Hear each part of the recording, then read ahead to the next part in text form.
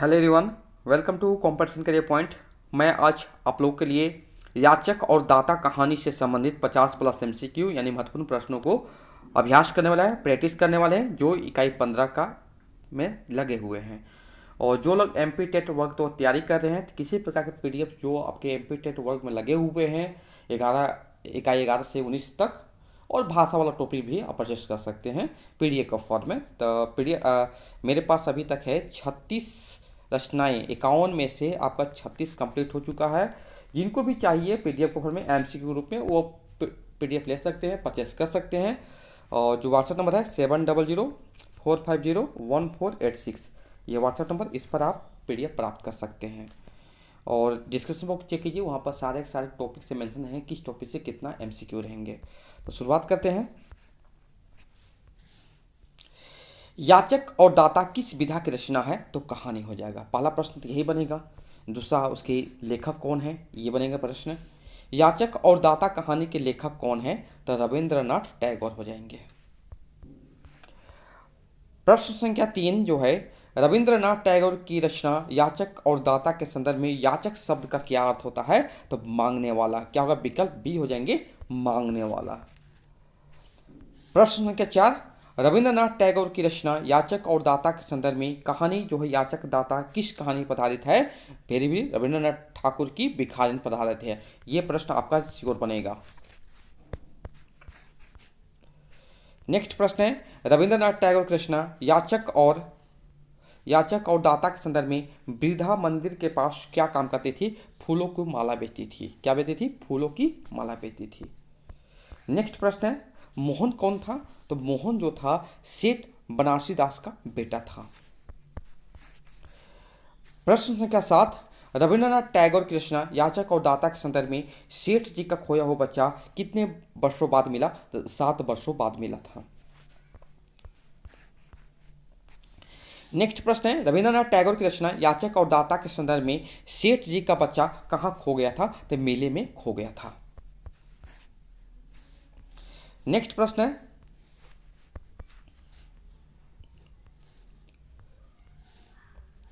रविंद्रनाथ टैगोर की रचना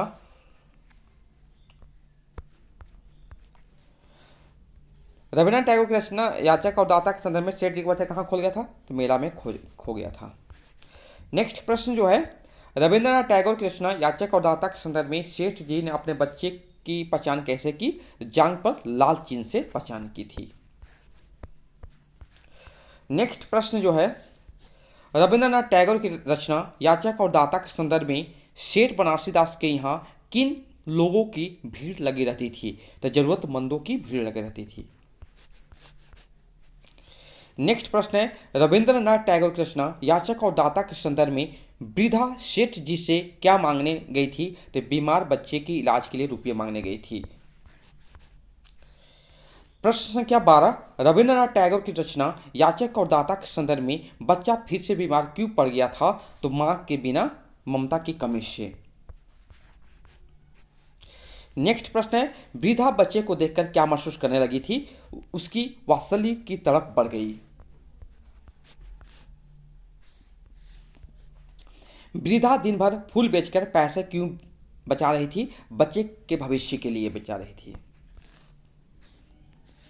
मोहन को किस बीमारी ने आ दबोचा था? तो ज्वर।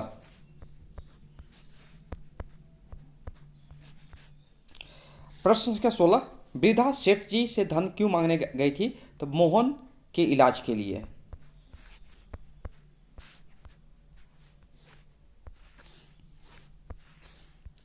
मोहन को ज्वर से मुक्ति कैसे मिली? तो मुक्ति कैसे मिली थी? तो मां के ममता भरे हाथ का स्पर्श पाकर।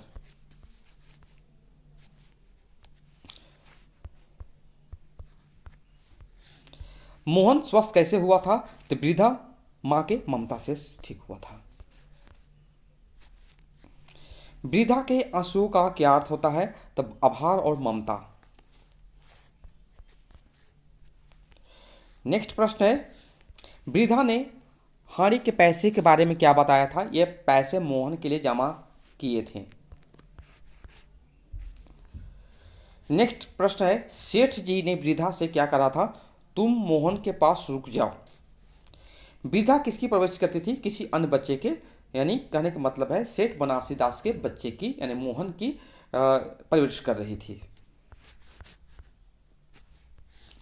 वृद्धा के चरित्र की कौन सी विशेषता पाठकों को प्रभावित करती है? तो ममता और त्याग। वृद्धा के चरित्र में कौन सा भाव अभावित था? स्वार्थ था। बाकी देखिए ममता, त्याग, सेवा सारे उसके अंदर थे। नेक्स्ट है, मोहन ने वृद्धा के माथे पर हाथ फेरते ही क्या कहा था? माँ तुम आ गई हो।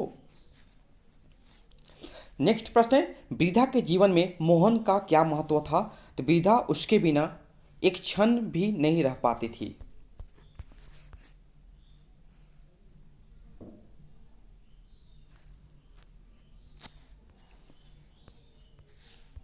मोहन वृद्धा के पास क्यों रहने लगा था?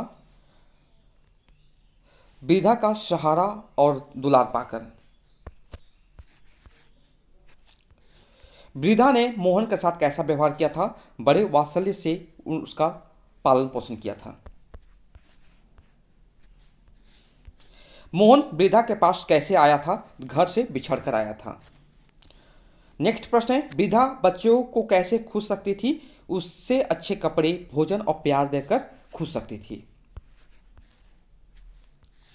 वृद्धा ने अपनी हाड़ी के धन को किसे सौंप दिया था? सेठ जी को सौंप दिया था। वृद्धा के चरित्र में कौन सी विशेषता परिलक्षित होती थी? त्याग और भेदभाव से रहित होना। नेक्स्ट प्रश्न है, रविंद्रनाथ टैगोर की रचना याचक और दाता के संदर्भ में वात्सल्य शब्द का सही अर्थ क्या है? बच्चों के प्रति प्रेम। रविंद्रनाथ टैगोर की रचना याचक और दाता के संदर्भ में धरोहर शब्द का सही अर्थ क्या है? अस्थायी वस्तु जो लौटाई जाती है। रविंद्रनाथ टैगोर की रचना याचक और दाता के संदर्भ में वृद्धा टाट पर लेटी हुई आंसू बहा रही थी, निस्बद्ध। प्रश्न संख्या 36, रविंद्रनाथ टैगोर की रचना याचक और दाता के संदर्भ में असहाय बच्चों को देख मां का जाग उठा था, ममत्व जग गया था, ममत्व। नेक्स्ट है, रविंद्रनाथ टैगोर की रचना याचक और दाता के संदर्भ में आंसुओं में फूलों का मकरकंद और ममता की गंध थी। नेक्स्ट है, रविंद्रनाथ टैगोर की रचना याचक और दाता के संदर्भ में सेठ जी बच्चे को देखकर हतप्रभ हो रह गए थे। नेक्स्ट है, रविंद्रनाथ टैगोर की रचना याचक और दाता के संदर्भ में वात्सल्य की तड़प ने वृद्धा की जिजीविषा बढ़ा दी थी।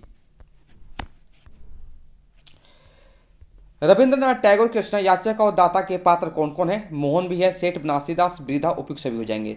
ये सब सारे पात्र हैं, ये भी इंपॉर्टेंट हैं। नेक्स्ट प्रश्न जो है, रविंद्रनाथ टैगोर का जन्म कब हुआ था? 7 मई 1861 ईस्वी को हुआ था। नेक्स्ट प्रश्न है, बंगाल का बाढ़ किसे कहा जाता है? तो रविंद्रनाथ टैगोर को कहा जाता था। टैगोर का निधन कब हुआ था? अगस्त 1941 ईस्वी में हुआ था। किस पुस्तक के लिए रविंद्रनाथ को नोबेल पुरस्कार मिला था? गीतांजलि के लिए। रविंद्रनाथ टैगोर को किस वर्ष नोबेल पुरस्कार मिला था? 1913 ईस्वी। नेक्स्ट है, गीतांजलि एक है क्या? किताबों का किताब है। गीतांजलि किस वर्ष प्रकाशित हुई थी? तो 1910 ईस्वी। नेक्स्ट है, टस से मस न होना का क्या अर्थ है? एक स्थान से न हटना। हाथ पांव फूल जाना का अर्थ क्या है? घबरा जाना। चंगुल में दबाना का क्या मतलब है? वश में कर लेना। आज का अंतिम प्रश्न जो है ये, तांता बांधना का क्या अर्थ है? लगातार बढ़ते जाना। ये था आपका याचिका और दाता से संबंधित प्रश्न उत्तर 50+ से MCQ देख लिए, और जितने भी प्रश्न सारे महत्वपूर्ण हैं, एक बार जरूर देखिए, कहानी पढ़िए, आपको मज़ा आ जाएगा। ओके, और जिनको भी PDF चाहिए, जो इंटरेस्टेड है PDF लेने के लिए, जिनको कम टाइम में ज़्यादा स्टडी करना है, तो PDF लेकर पढ़ सकते हैं, जो कि व्हाट्सएप में PDF फॉर्म मिलेगा। कि 51 में से 36 रचनाएँ कंप्लीट हो चुके हैं, और भी बाकी धीरे धीरे बन रहे हैं। आपको एक 7 से 10 दिन के अंदर सारे PDF देखने को मिलेंगे MCQ फॉर्म में या वीडियो फॉर्म में, जिनको भी मतलब कि फ्री है, यूट्यूब पर तो सारे फ्री ही मैं कर दिया हूँ, कंटेंट रिव्यू ओपन है। अगर जिनके पास टाइम नहीं है तो पीडीएफ प्राप्त कर सकते हैं, परचेस कर सकते हैं। डिस्क्रिप्शन बॉक्स चेक कीजिए, वहाँ सारे के सारे इन्फॉर्मेशन दिए गए हैं। तो व्हाट्सअप नंबर है 7004501486, ये व्हाट्सअप नंबर, इस पर आप एमसीक्यू के रूप में पीडीएफ प्राप्त कर सकते हैं, जो कि पेड पीडीएफ होंगे। Okay, thank you so much for watching my video.